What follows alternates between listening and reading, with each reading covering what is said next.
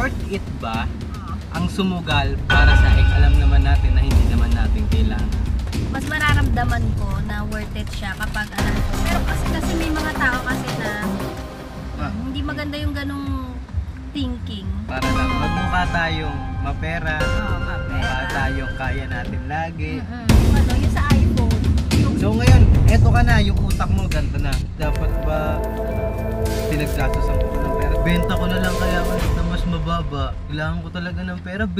Benta ko na lang kaya ng 20. Doon napapasok yung pangit na thinking ng isang tao. Bakit may mga ganong tao?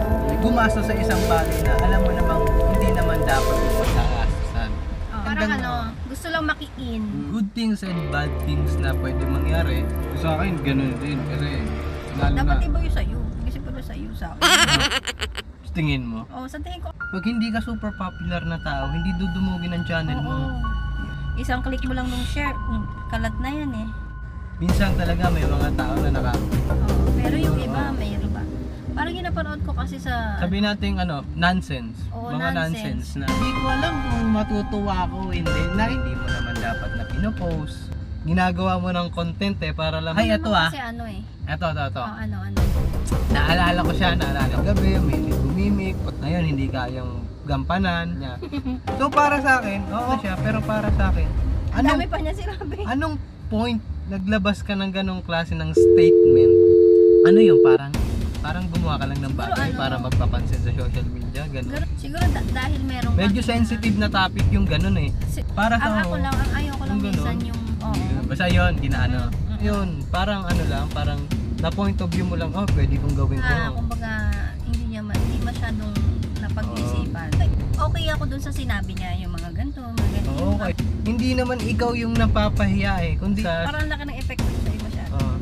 Hindi kasi nainis ako talaga kasi parang wala naman ako narinig na May point naman kasi siya, to be honest. parang humugot ka lang ng bagay out of nowhere. Hindi sa pangit yung sinabi niya pero hindi siya magandang tignan.